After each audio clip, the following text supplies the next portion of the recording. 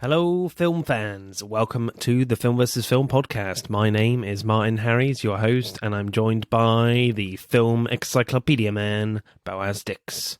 We are a couple of filmmakers on occasion, but mainly can't stop yapping about movies. On this podcast, every episode we pick a topic from a film that's coming out at the cinema or on VOD. Myself and Boaz pick our favourite film from that topic, or team up against a guest and battle it out to decide which film will become the greatest film of all time. If you enjoy this podcast, please leave us a 5-star review and subscribe. Please enjoy part 2.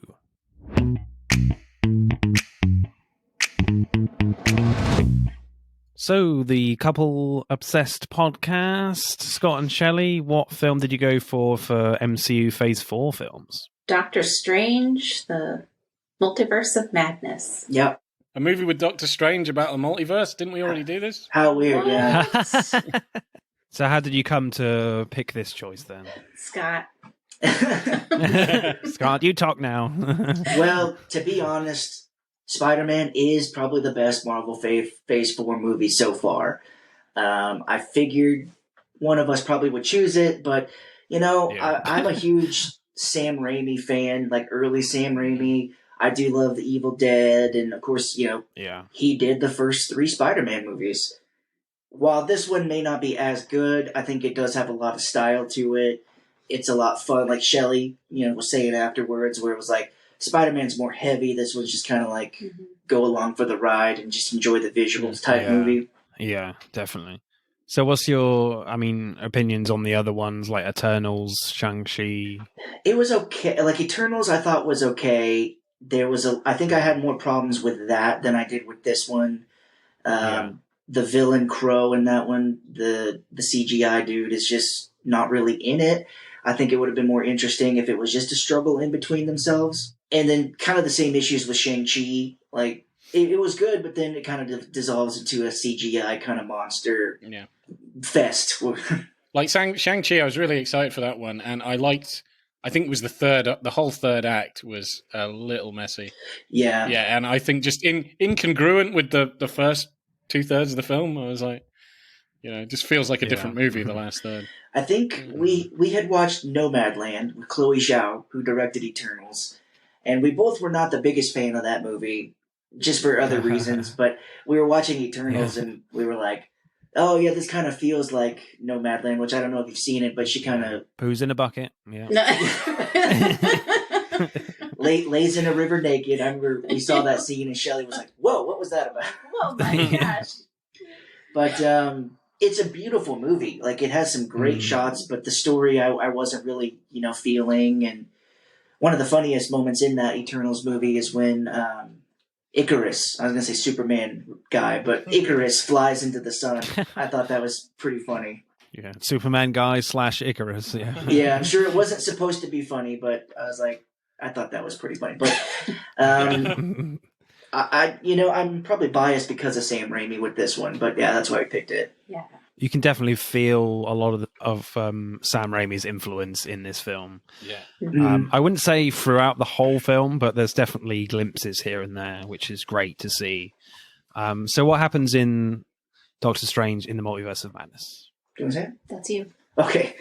So, yeah, we pick up right pretty much. I don't remember if this was the next movie in the line, but we pick up after Spider-Man, where Doctor Strange is having dreams kind of other universes. He doesn't quite know it yet, but he comes in contact with a girl who can move through the multiverse and makes the biggest mistake in asking help from Wanda, inadvertently realizing that Wanda is the one trying to find this girl so she can find her kids in other universes. And that sets off a huge chain of events of traveling through different multiverses, meeting different characters, and Strange trying to save America Chavez in the end from Wanda, who has pretty much lost it at this point. We have done a spoiler special on this film already. Oh, great. Check that one out. It's very much a initial reactions podcast. We had, I think, fairly mixed opinions on it. But mainly, good stuff, I think. But like watching it again, like there's one particular scene where realizing now, like watching it for this podcast, I'm like, yeah, this doesn't need to be here, but Yeah. we'll get into that in screenplay. But yeah, overall, like, as you said, Scott, it's just a great ride. Some of the emotional stuff works, some of the other emotional stuff for some characters doesn't, in my opinion. But yeah, overall, a pretty solid mid-tier Marvel film for me. Right. And like, look, when you guys said you picked No Way Home, I mean, we knew who was going to win. Yeah, we know. Yeah. But yeah, no, it's great. And we actually had kind of a funny experience watching this. Like, when we went to the theater, they handed us 3D glasses, and I was like, oh, no. Yeah, I'm not a fan. And then we went into the theater, and it was completely out of focus. And I was like taking my 3D glasses off. But for like the first 5 minutes, it was out of focus until I guess they adjusted the 3D projector, and then we could see it. Right. But I was like, That's a shame. I hate 3D. I'm not a fan of it. Yeah, it's uncomfortable when you wear glasses already and then you have to put glasses over it. It's just very uncomfortable. Well, it's going to come back, though, I think, with Avatar, The Way of Water, so be prepared. Yeah. I actually worked at a theater for 6 years when I was in high school and college, and yeah, Avatar, the first one, was out kind of towards the end of my run there. But yeah, that was the whole thing of 3D coming back, and I wasn't a big fan of it then. But yeah, I guess maybe James Cameron will do this every so often, and so release another Avatar, and then 3D will come back and go away. So, Boaz, has your opinion changed on this one, or pretty much the same? I can't even remember what my initial opinion is. To be honest, I can't remember what I did yesterday. My memory's so goddamn poor. So. Oh, me too. So, I mean, one of the things I will give it, like, I think I said this before when we reviewed it before, like how they do some of the action scenes, I really do like, because it goes for more of a like thriller sort of horror sort of inspired way of doing things, which I think is, is pretty unique for this sort of movie. So I did like a lot of the direction for a lot of the fight scenes with the Scarlet Witch herself, and even like bits which I suppose are not action scenes, but they just stuck in my mind, like just because of how innovative the camera work or the CGI was, or the editing, and definitely you can see like Sam Raimi shine in those moments, and I really do like those scenes. So there are quite a few like bits dotted out throughout the film where I'm like, oh yeah, that was really cool, and that was really cool, and that was really cool, or that was really creepy, and should there have been a little bit more blood, that would have been flat out a horror movie scene. Yeah. So I do like a lot of that sort of stuff. Script wise, I think I have more problems, but there is one thing in the script that I kind of like, that kind of goes against like a common trope of team up movies, which I think was pretty cool. Like I think we'll get into it when we get into the scripts, but I'll just flat out say it here. I just like how they kind of keep Wanda as the villain. Yes, she's a repentant villain at the end, but she doesn't team up with Doctor Strange or anything, Yeah, they don't team up. So I am a little sick of that trope, because it just happens all the time. Everybody's like, oh, what are we going to do for the next film? Have superheroes fight each other again, and what's going to happen halfway through? They're going to realize, this is stupid, and there's somebody else behind it, and they're going to team up. I kind of thought it was cool that they had the balls to just be like, yeah, no, she does some really evil, fucking messed up shit here. Yeah. No holds bars. Like, she's an absolute psycho, and there is nothing they're teaming up against. She's just the villain, and I kind of like the balls on that. So I quite like that. So directing then, like the action with the giant eyeball tentacle monster thing, battling Doctor Strange and Wong was really cool. I thought, like, a great flow of camera in it. It reminded me a lot of like Spider-Man 2. I guess Sam Raimi loves an action scene on the side of a building. Yeah, it was crazy. On the side of a building with an octopus. Yeah. Dr. Octopus and a giant octopus. Yeah. There we go. Yeah. The definite highlights for me in that scene was Doctor Strange doing eyeball removal surgery on a monster with a brilliant pop sound to go with it. And the cloak trying to slap Strange awake. Yeah. I mean, that gets me at like using the lamppost and putting it in there. Yeah. I thought, oh, that's it. That's still a good scene. But then when it pops it out and you see like the details of the eye and all the stuff behind it, and maybe it could have been a little bit more blood, but Yeah. You know? Yeah. I kind of agree, because like there are scenes where I think it really tickles the the gore factor. It doesn't quite go over the line, but it goes a little more over the line than you think it's going to go. You're like, oh yeah, it's going to go through his eye. Okay, I've seen that. When the eye popped out, I wasn't prepared for that. I was like, holy shit. Yeah. Yeah. I think Raimi Unchained, like if this movie was allowed to have been an R movie, would have been pretty bloody. Like, God, yeah. Been fountains of blood coming out of that. Yeah. Face. Yeah. The cloak will have to be washed many times. Oh god. Yeah, when this came out, we did Drag Me to Hell for an episode on our podcast. Nice. And, Evil Dead, there's the fountain of blood that comes out of the wall. You got the woman puking maggots onto the main character in Drag Me to Hell. Like, this, I think this would have been a lot gorier if they would have let him have an R rating, but, you gotta... It's a Marvel movie. I don't know if kids would have... how kids would have reacted to this, because there are some pretty freaky moments in it. Yeah. I think he definitely pushes right up to the line. Which is cool. The battle on Camotage is pretty standard Marvel affair, I would say. But everything after that is awesome. Like with Strange trapping Wanda in the mirror dimension. Yes, we've seen that kind of stuff before, but I like the deflection, like sound effects when she fires a hex blast bolt. That was cool.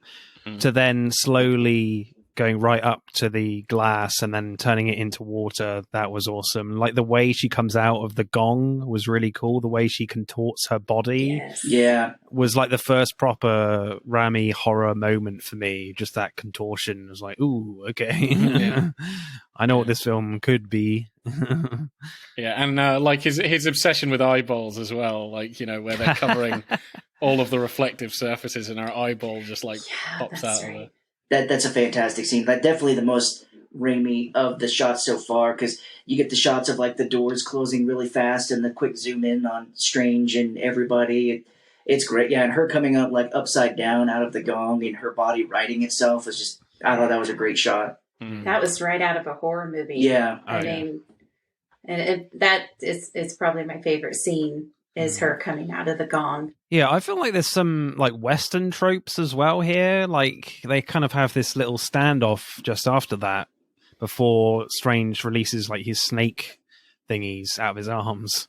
There's a lot of close-ups on everyone before, like the draw in a Western. So I really like that as well.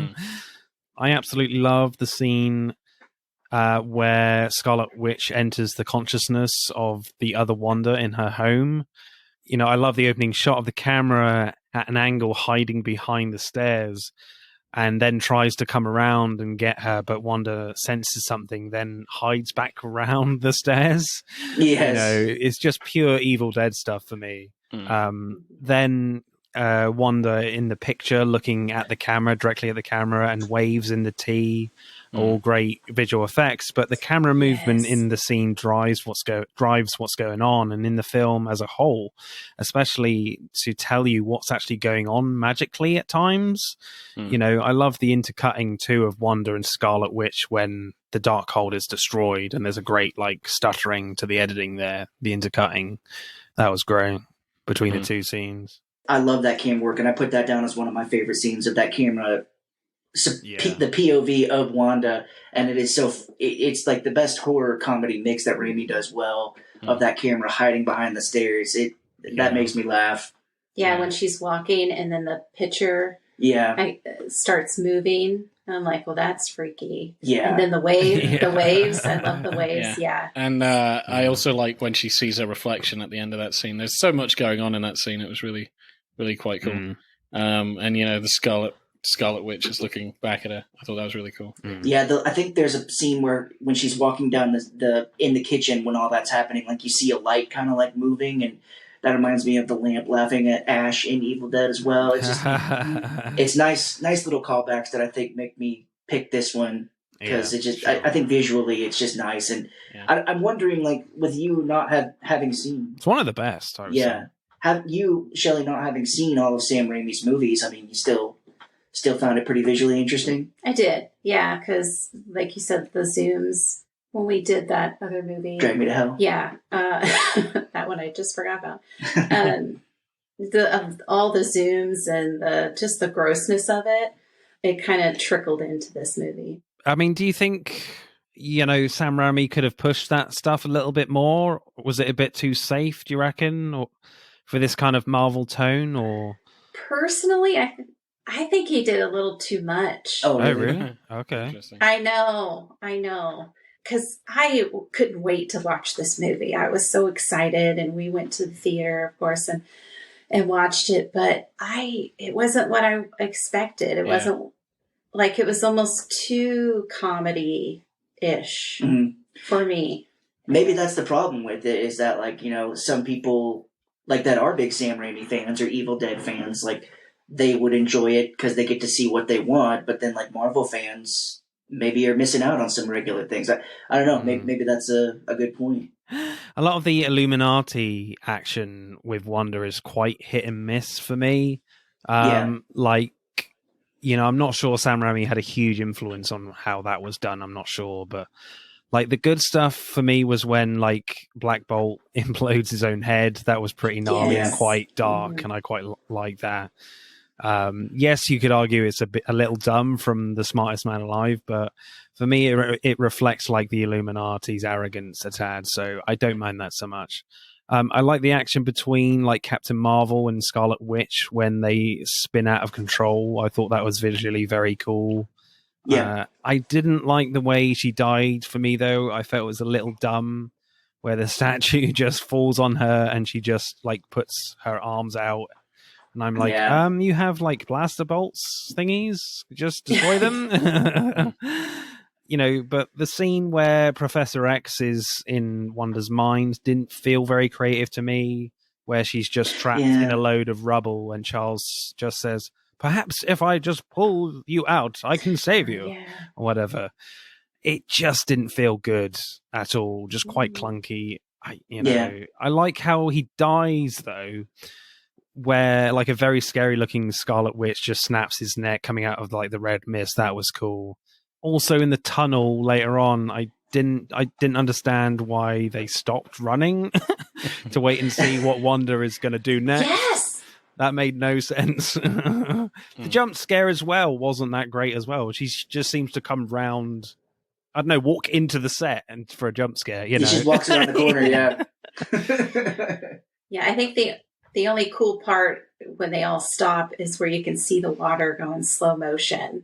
Like there's some cool visual effects, but it's like, what are we doing here? What's happening? Yeah, it doesn't make sense because Wanda shoots through 2 steel doors that are coming down, and then the third one comes down, and she's like, "Oh, I can't get through this one." And I'm like, she just shot two more. Like, what happened? She's just teasing him, I suppose. I'm like, oh, am I going to come through or not? I'm going to walk around the corner and scare the shit out of him.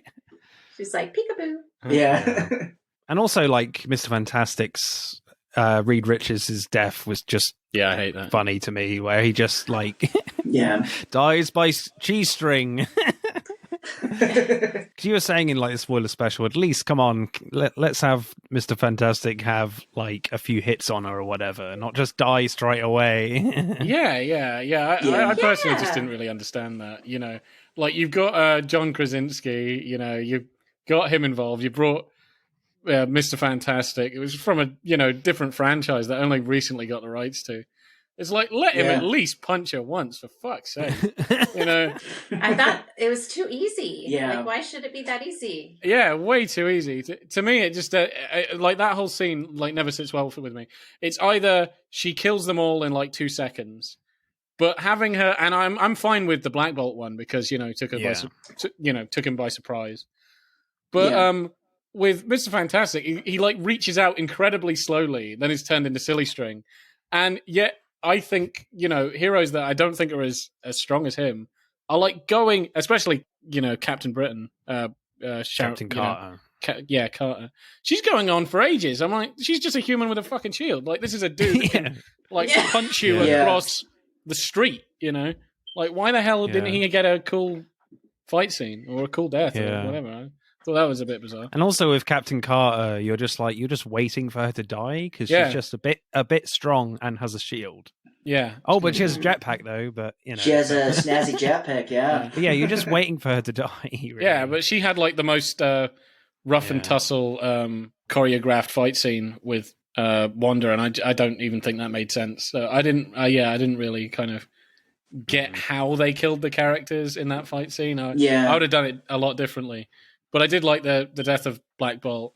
I did like how Carter died and got sliced in half. I thought that was pretty cool. If you're going to go that over the top with those two, then really fuck up the other two. I think she should have gone like full out with the other two. Yeah, I wish they would have shown more of her being chopped in half. Yeah, exactly. Like, I know that would have been a little bit more gory, and that's kind of what I said I didn't like. But that scene specifically. Yeah. Well, if you blow somebody's brain up, as the first death in that thing.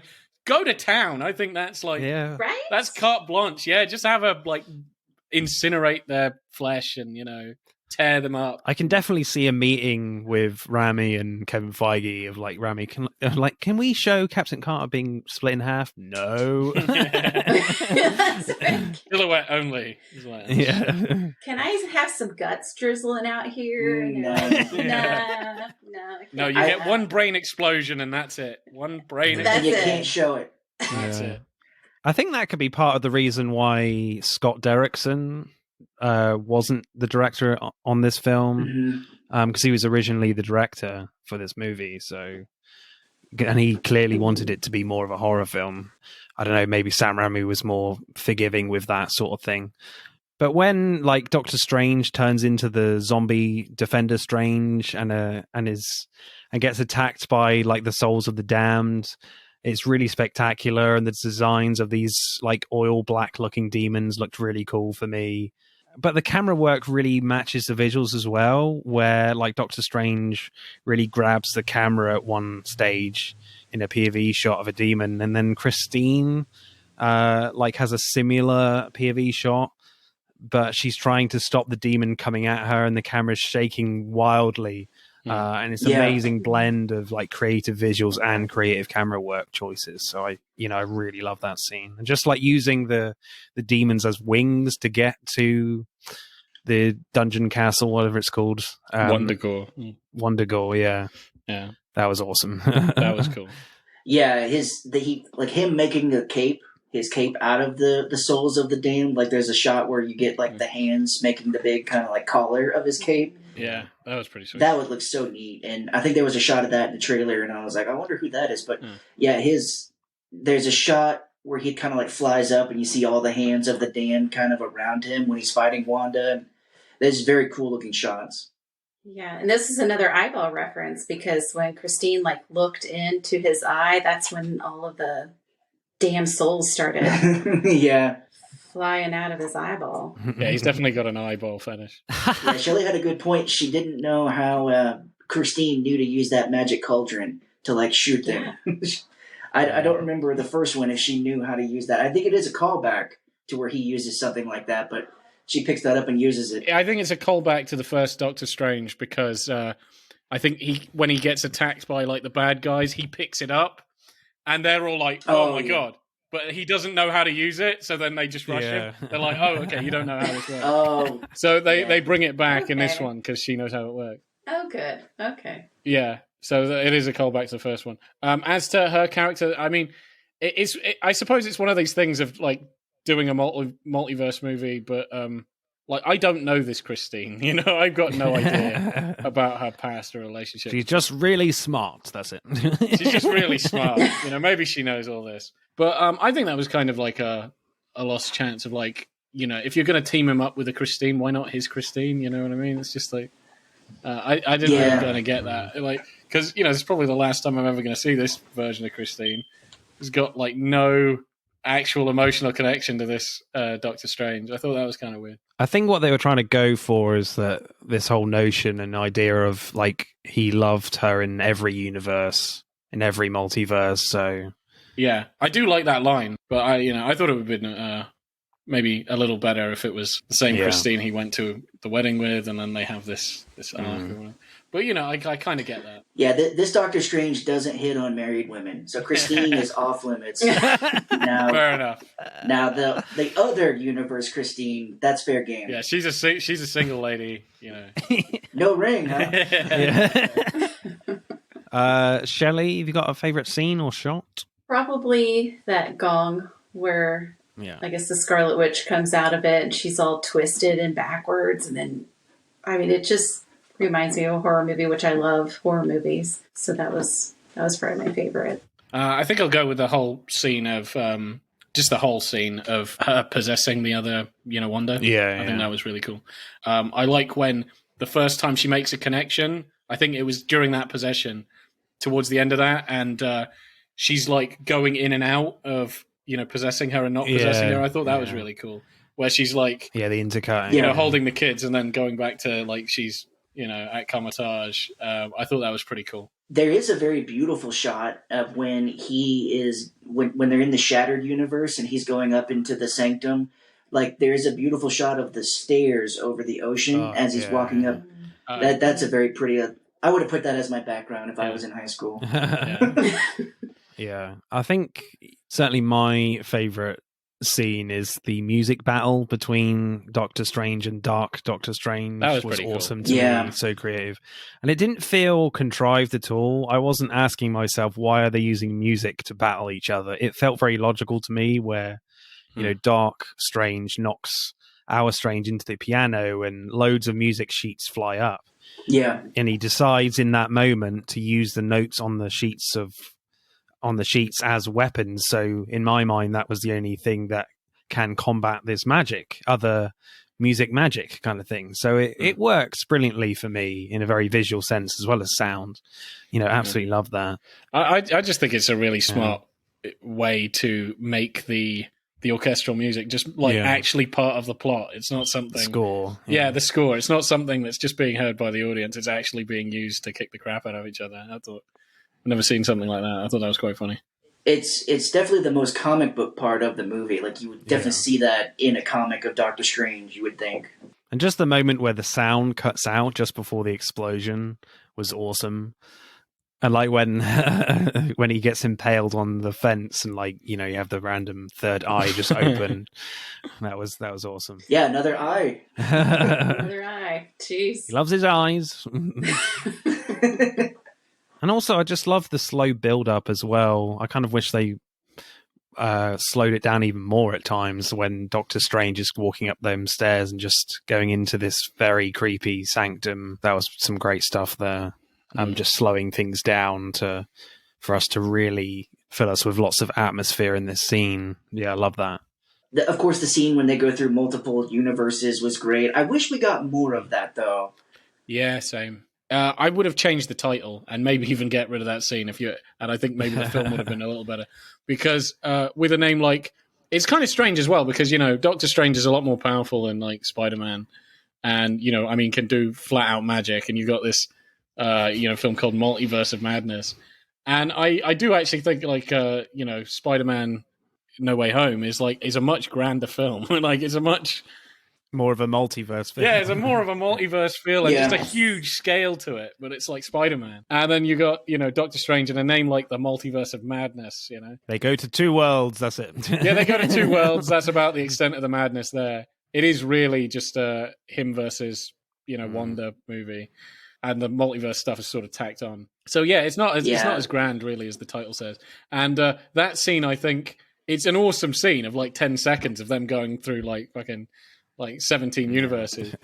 But I saw that in the trailer. I was like, man, is that going to be the whole movie? Are they going to go from place? It's like, no, just that one scene. 10 seconds. It was almost like it was shot for the trailer. Yeah, it's disappointing. Yeah, trick people into watching it. Yeah, I'm not sure if I would have just like flat out cut that out, because, you know, it does look cool, but it gives you the wrong impression of the rest of the film. It does. Yeah, we watched Everything Everywhere All at Once, and when we finished that movie, I was like, this is what I wanted Doctor Strange to be. Like, there's so much more. Yeah, it's like, that's a multiverse movie. Exactly. Yeah. This isn't really. This is, as I said, it's Doctor Strange versus Scarlet Witch. Yeah, I wanted to see Doctor Strange as a rock. Yeah. You know, and Yeah. with hot dog fingers. With a cape on. Yeah. I think it's also kind of funny, like the alternate world that they spend the most time in Cloak.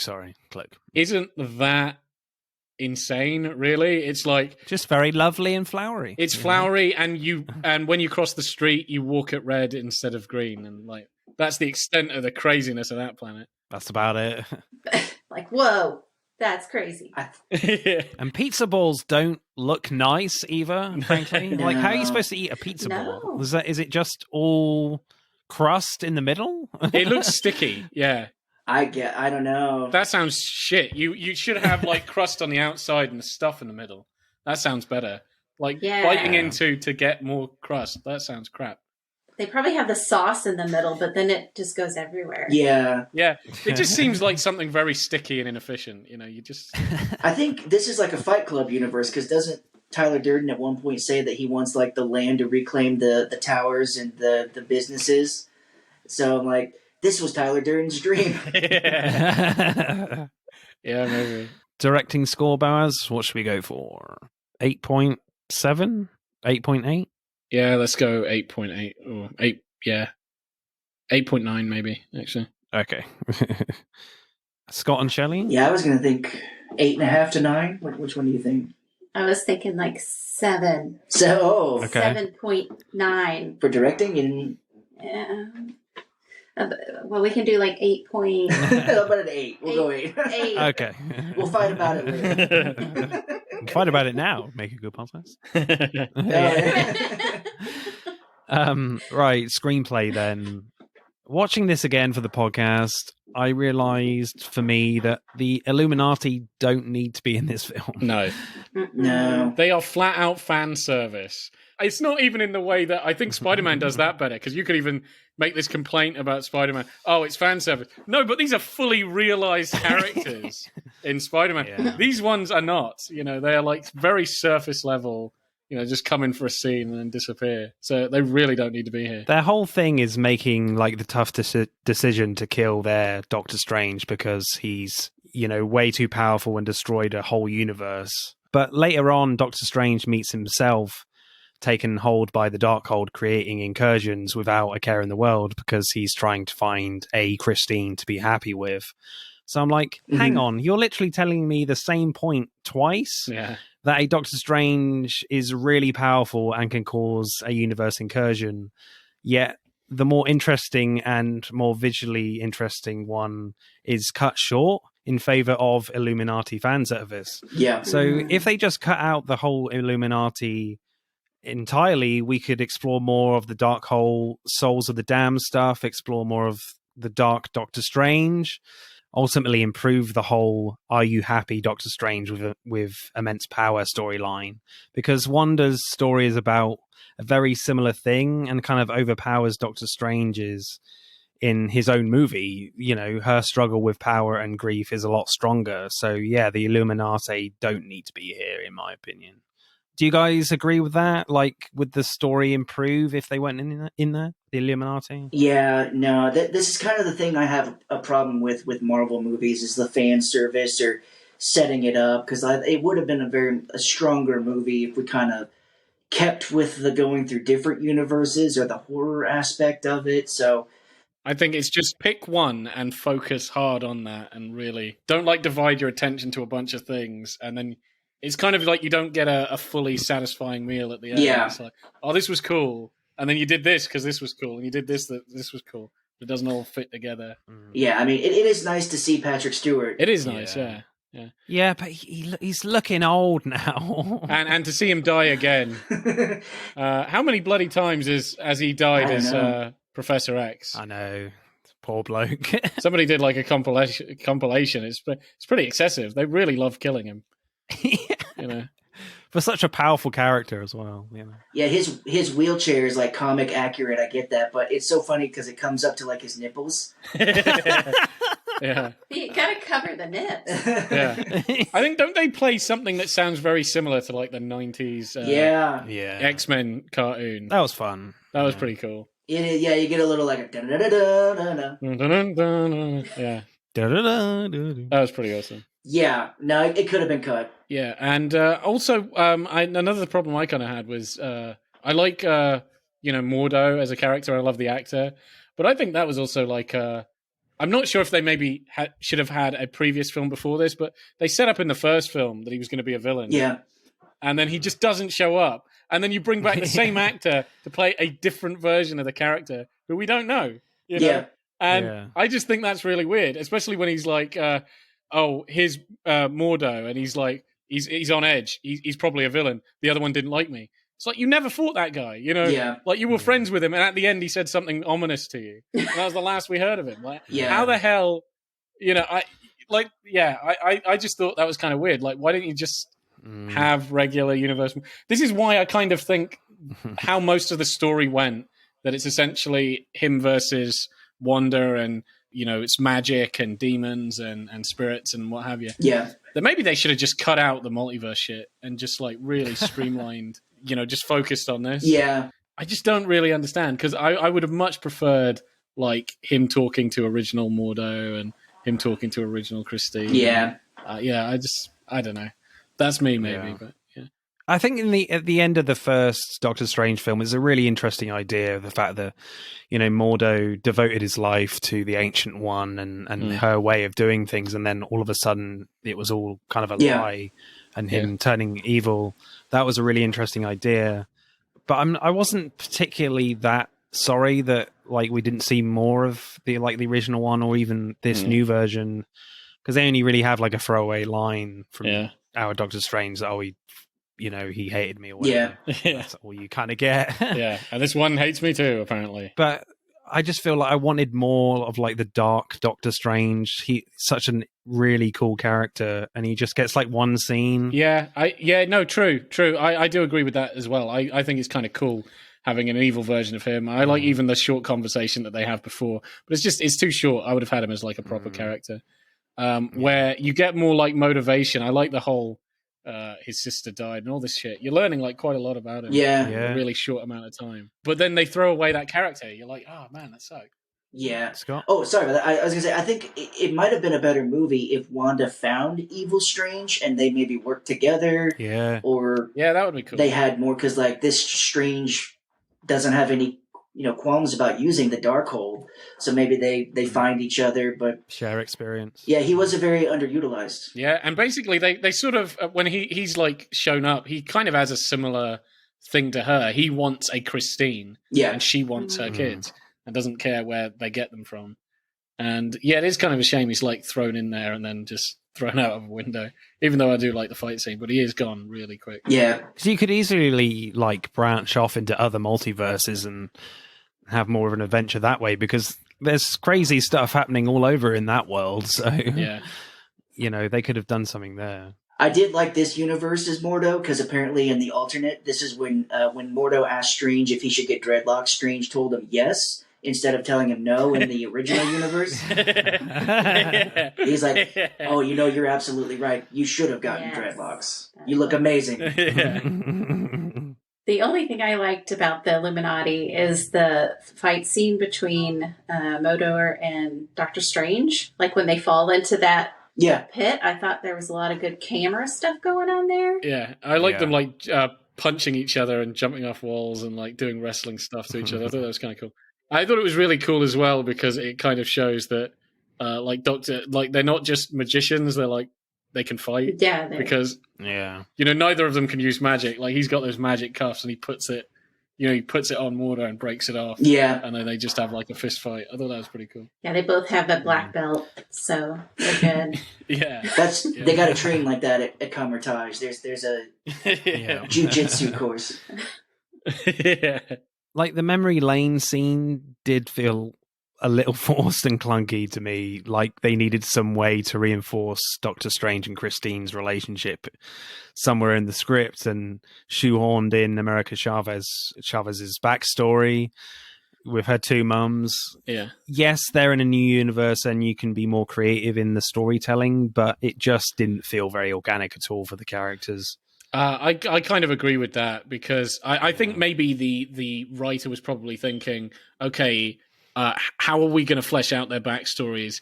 Are they going to just tell them to each other in an exposition dialogue? That's been done a lot.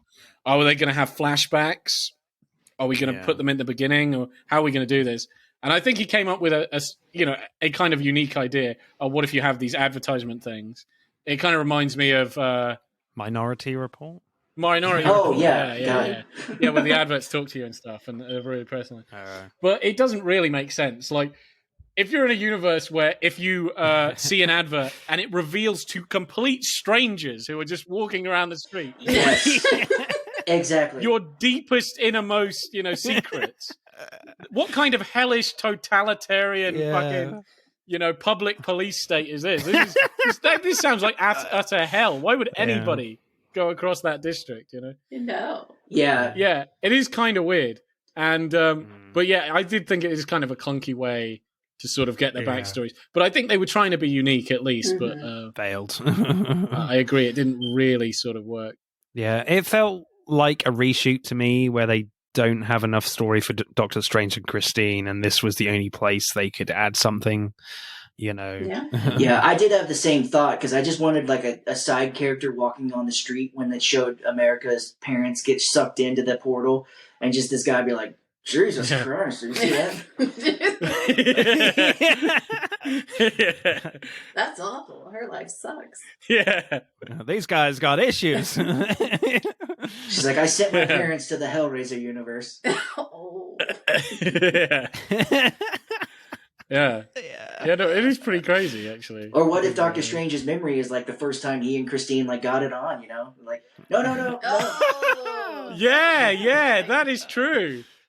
Yeah, what if? Yeah. Like, that would be pretty damn messed up. All the adults are covering the kids' eyes. Yeah. Like, don't look. It's like, nope, I'm stepping off with the memory thing now. Yeah. And I'm suing everybody. Oh, gosh. Can we go to another multiverse, please, America? Yeah. One thing that did bother me though a lot is when like the Scarlet Witch dream walks into Wanda for the second time to go kill the Illuminati. She just leaves her kids behind with the door open. Surely she needs to find a babysitter first. Yeah. If she cares so much for her kids, right? Get a babysitter first. Child care. And she doesn't have any shoes. Yeah. Yeah. No you're shoes. Right. No shoes throughout that whole scene. That's weird. I mean, what do we reckon about like Wanda's arc here? You guys seen WandaVision? Mm-hmm. Yeah. Does this film like work for you in terms of what that TV show does, or is it kind of like retcon a lot of it? I think it tries to keep it going, but I don't think it does it in as interesting a way as WandaVision did. Like, you get that, it's all fake, and in that she knows it. I guess it wouldn't have been as interesting, but I guess I would have thought that if she wanted children, she would just go, like, maybe settle down. But they need her to go into the universe to find those specific kids. But it wasn't as entertaining. No. It was just like, it was just happened. Yeah. So I think in the series, like, there's a bigger emotional pullback back and forth, and she learns. It's a whole. So at the end of that whole show, you think, oh, she's learned a valuable lesson. Yeah. Which is like, don't be selfish and like try and make the world conform to you. And then she does seem to take a huge step backwards, like even to like kind of insane territory where you're like, what you're doing is crazy. Mm-hmm. I do find it funny that a lot of people do mention this to her. This is flat out insane. Yes. This isn't like a little misunderstood, maybe with Westview, which also was pretty weird, but at least you learned from that. This is even more insane than that. You're going to another universe. Well, first you're going to kill a child, and you don't actually give a shit about how many people you're killing. Like, she's sending monsters to like fuck up the city and stuff.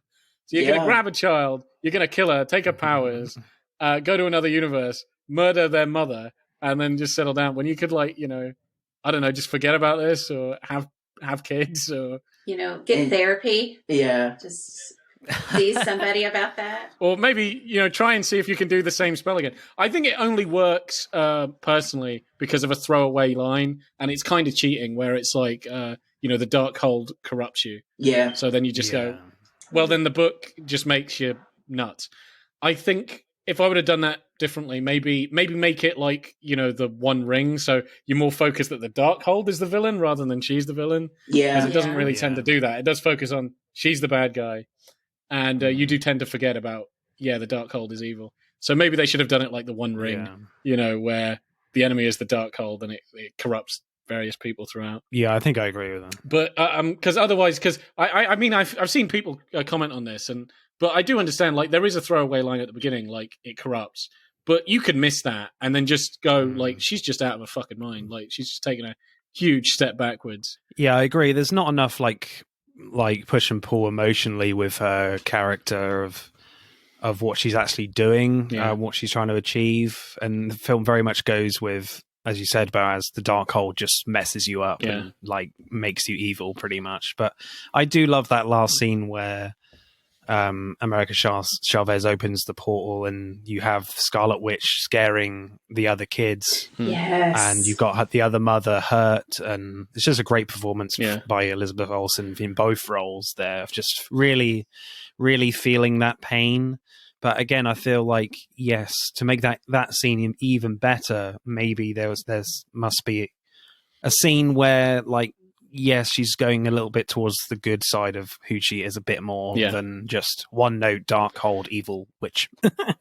Yeah, because I think basically through the entire movie, it's sort of strange to see that she is even the same character as like the previous stuff. Yeah, because there is no push and pull, and a lot of people are like, what you're doing is crazy, and she's like, no, it's not. That's it. I would have liked maybe more of that throughout the film, where she is second guessing, like, this is weird. Why am I doing this? And maybe have like a sort of Gollum Smeagol, not necessarily having two personalities, but she's not seeing things correctly. Yeah. Actually, do you know what? I think one of the better ones like that is even going back to Spider-Man, Sam Raimi with Spider-Man 2, Dr. Octopus, like sliding into being corrupted by the arms and then coming out of it and then being corrupt. I like that sort of dynamic. And maybe you could have done that with her in the Darkhold, of like talking to people and being like, do you know what? You make a good point. And then the Darkhold's like, don't listen to them. And you're like, oh shit, actually, I'm not sure his book talking would work well there. Yeah. Well, you know what I mean. Maybe it can even show her visions or try and like tug at her heartstrings or something. The pages talk. I don't know. But you kind of get what I mean. Like it could be Vision himself, like, is the good part of her, because. Oh, yeah. Yeah, I mean, we're basically rewriting the script here. Yeah. But yeah, if it kind of like was impersonating... Kevin, give us a call. Yeah, impersonating Vision, like a hallucination. And like he was like the voice, because then it's like she loves Vision, so she'll listen to him. Yeah. Even though it's like the Darkhold like talking. I think you could have made her turn a little bit more believable. So this is one of the things where I said I do like the balls in the script, but I don't think it makes... What, the pizza ball? No. But I don't think it makes sense character-wise. So, like, to me, Wanda wouldn't go this hard, this bad. Yeah. True. Favorite lines, people? For me, it is, this time, it's going to take more than killing me to kill me. Yes. Yeah, Yes, that that's was a good one. one. Yeah. I picked one that's kind of silly just because the implication of it makes me laugh, where he's like, dreams are the windows into our lives of our multiversal selves. Whoa. And you're like, what? To be honest, I really did like that concept, because I've been thinking, like, I've had some fucking weird dreams. Yeah. And if you think like you're actually inhabiting some other multiverse thing, I think that's pretty cool. So that reoccurring nightmare where I'm running naked from a clown. Yeah. Somewhere out there. It's real. Yeah. From Wong and Chavez. Yeah, because then you start thinking about it, and you're like, well, I've had dreams that make no sense. What is that reality about? Exactly. Those ones are really messed up. Yeah. I've had some really weird dreams. Like weird dreams, like I'm on the run from the law. So is another me on the run from the law? So it's kind of weird. Maybe so. Yeah. No. Yeah. I don't remember my dreams. Don't you? Oh. I know, it's weird. Yeah, so I'm trying to get in the habit of writing a dream journal, because cool. sometimes I have like the wackiest dreams, and I hate forgetting them. But yeah, it's great when you remember them, because you're just like, Jesus Christ. You can make a movie out of them. Yeah, you can. Yeah. Definitely. And I think Yeah. if you can't remember any of your dreams, that means that you're the only one in all of your universes. Oh, hey, yeah. I'm America. Oh, so you're more unique. Yeah, I'm America. I'm the only one around. you're special. Yay. I always thought I was. And I'm Britain. So, favorite line? So my favorite line is at the wedding when Dr. West tells Dr. Strange, best surgeon and superhero, but you still didn't get the girl. That's a good one. You're rubbing it in. Yeah. And I'm like, whoa, that's sharp, Which, man. have you guys watched the series Dope Sick with Michael Keaton? No, I have No. not. It's heartbreaking, but the guy that plays Dr. West, Michael Stuhlbarg, is in it as kind of the head of the Oxycontin family, the people that make it. And he's doing such an evil voice that now that I watched this again after that, it just made me look, because he's like, we have to get Oxycontin out there. So he's like, hello, Dr. Strange. Oh, what's yours, Boaz? You got one? You made your kids with magic. That's what every mother does. Yeah. Oh, yeah, Oh. that's good, yeah. There's that very cold line she gives to Mr. Fantastic where she's like, are your mothers still alive? And he's like, yes. And he's like, why do you ask? And she's like, because Yeah. someone will still be left to raise them. Oh. Yeah, that was pretty cool. Fantastic Four. Didn't they chart in the 60s? Yeah. Screenplay score, Boaz? What should we go for? Do you know, it's one of those things, like, I'm thinking in the sixes. Yeah. I really am. Like, I think there are some... I really don't want to, but I think, yeah, he's kind of a 6. I know. It feels wrong. It feels wrong. But it feels like there's no other thing that I can think. I can't get it higher than that. Because I think there are some great ideas. There are some great ideas. But I just feel like there are quite a few good ideas and they're not really fully fleshed out. So it kind of feels half-baked. I feel like there needs to be a few more quieter moments where just characters talk. Yeah. Frankly, and we're not criticizers of films that are too long. We are always kind of people that want to, for films to add more stuff. And like, I think this film would have benefited for being a tad longer. Yeah. So 6.7 or 6.5. Yeah, let's go 6.5. Okay. Yeah, I would say maybe a tad longer and like more focused. So even maybe get rid of some plot points that I just don't feel, and fully develop some ideas. I feel like there are some good ideas, as I said, but they're not like really fully explored. But I think direction is on point. It's just the writing, really. Yeah, get rid of the Illuminati. Yeah. Scott and Shelley, what's your score for screenplay? Gosh, I was going to say about a 7. Okay. Well, what would you what would you think? 6.3. 6.3? Are you going to do 6.5 as well? Harsh. Yeah, I don't know. I am 3 against 1, so I've been like, Yeah.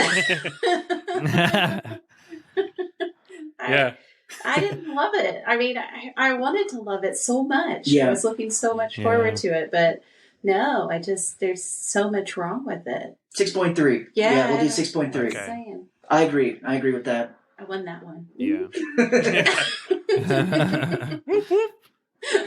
Acting then.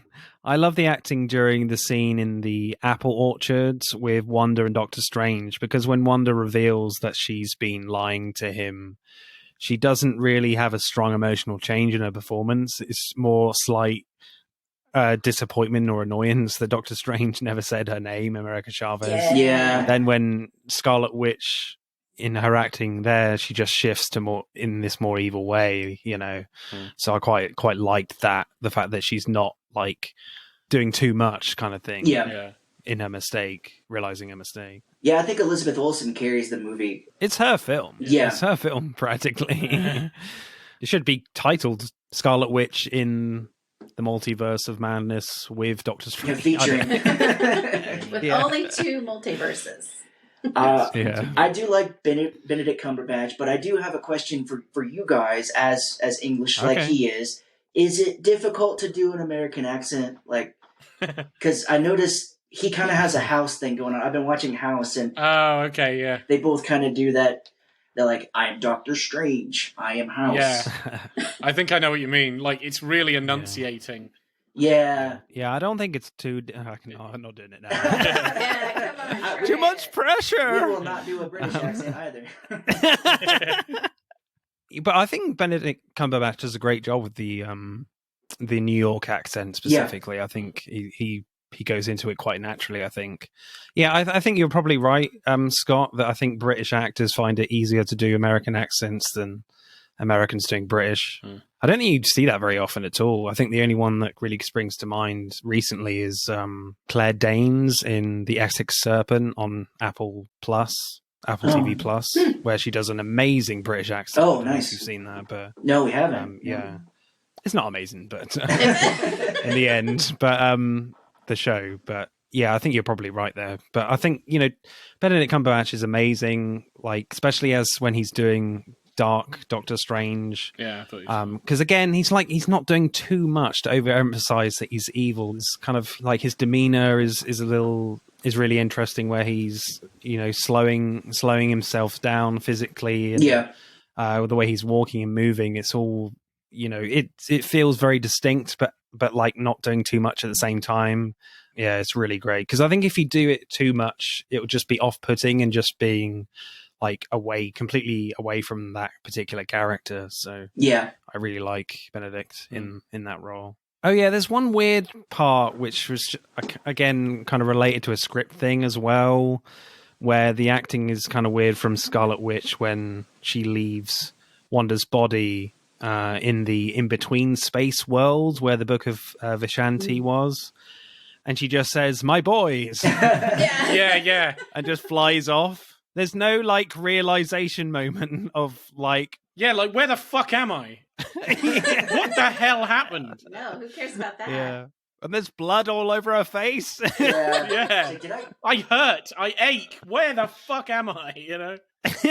Oh shit! I got possessed again. Yeah. Dang it. Not again. Yeah. And then she's going to walk through the entire carnage that she's wrought. Will the cops be on her? Are there other superheroes after? I didn't do nothing. Yeah, I know. Like, yeah, you did. Yeah, I do agree with that. Like, script-wise, it's like, that should not be your reaction. Like, I know your kids are important, but it's like, you're in the middle of some, like, insane rainbow verse, covered in blood, and your ankle is probably shattered. And you're just like, oh, yeah, I should go see my boys, Forgot to give them a babysitter.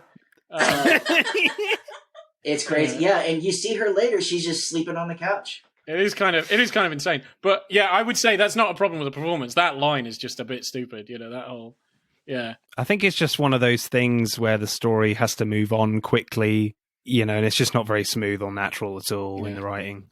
Yeah, any other acting moments we like in the film? Well, I wanted to point out, going along with that kind of "my boys" line, there is a very funny one from America at the start when other Doctor Strange starts to take her powers. She goes, "You're killing me!" Yeah. It made me laugh. Yeah, very, very on the nose description of what's just going on. Yeah. But I would say, with America as well, like I thought she was quite likable. Like, it's like, and I think that's kind of cool for like a younger actor and a new character, because I think, I don't know what it's about her. There's some likable quality to her. Like I just kind of liked her. I thought she's kind of fun. I don't think she pops enough for me. I don't think she pops, but I think she's likable, like almost like a likable sidekick. Favorite performance, Shelley? Who are you going for? We probably have the same thing, but it's towards the end where the Scarlet Witch is looking, like when America opens up the multiverse and the Scarlet Witch can actually see Mom Wanda, which is what I call her, and how the kids are scared of the Scarlet Witch, but are running towards their mom. I just thought, and then the performance between the two, the Scarlet Witch and Wanda, how she kind of cups her face, and they both kind of understand where each other is coming from. Is what I felt. And when she says, "Just know that they'll be loved," that's when I started crying. And it was just so emotional because we don't have like real kids. We have fur kids. But I would travel multiverses to be with our fur kids. I would do some crazy shit. to be. So I would be the Scarlet Witch for sure. Yeah. Hide the Darkhold, Boaz. Well, her other self would be like, know that your fur kits, your dogs will be loved, and you'll be like, fuck that, I'm taking them. Yeah, no. You got to get out of here. You kill your other self. So you're going Elizabeth Olsen. Yes. Yeah. Scott? Yeah, I mean, I think that's a great scene. I do like the scene where you have Zombie Strange talking to America when she's getting her essence or her powers taken from her.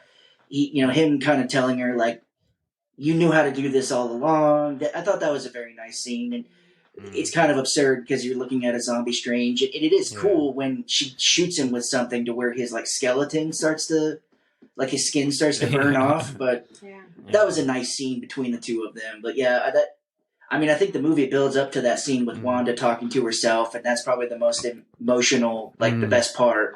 Favorite performance, Scott? Benedict Cumberbatch or Elizabeth Olsen? I'll go different. I will say I liked Benedict Cumberbatch in that scene, yeah. Yeah, mine is Benedict Cumberbatch as well. My favorite performance. Just, the variations that he goes with between Our Strange and Darkhold Strange, it was great. Yeah. And obviously Zombie Strange as well. That was awesome. Just the way he contorts his body as well and these sharp movements. Yeah, very physical. Boaz? I'm going Wong. Fortify your minds! I love it, yes. Yeah, Benedict Wong. There is a great performance from Wong when they shoot like the magic cannons at Wanda when she's attacking Kamertage. There's just a very quick shot of him and he's like, yeah! Yeah. Yeah. That was good. Acting score, Boaz? What do we go for? 8.8? Yeah, sure. I was thinking of the 8s. Yeah. Do you want to do 9? 8.5. Okay, 8.5. Cool. Right, let's add up the scores then for Doctor Strange in the Multiverse of Madness. Yes, the next sequel should be a musical. Doctor Strange in the Multiverse of Madness gets exactly 47 points. Nope. Yeah. Spider-Man No Way Home wins this one over Doctor Strange. Our next episode will be on Sam Mendes films as his new film Empire of Light is out, so that'll be really interesting. And hopefully we'll have guests again from the Matt and Mark movie show. Yeah, guys, Scott and Shelley, the film obsessed couple podcast. You guys have been amazing. This is your opportunity again to tell us about your podcast and where can we find you? Yeah, so like you said, we're the Film Obsessed couple, and you can find us anywhere. We're on all social media platforms. You can also find us in Instagram or Twitter, and love for you to check us out.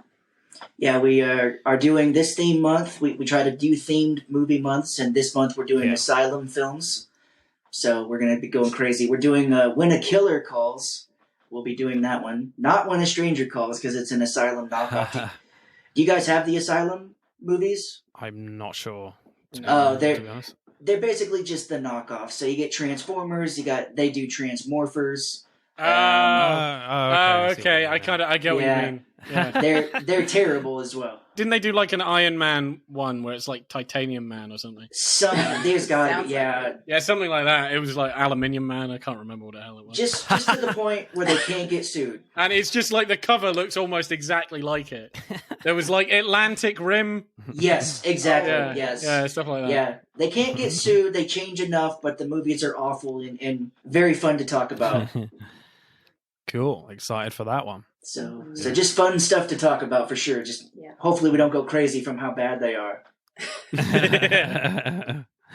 Guys, you guys have been amazing. Thanks for coming on. It's been a pleasure talking Phase 4. Thanks for having us. Yeah. So it's goodbye from Shelley. Yes, goodbye. Bye-bye. Goodbye from Scott. Goodbye. And it's goodbye from Boaz Dix. You can go back to your own multiverse now.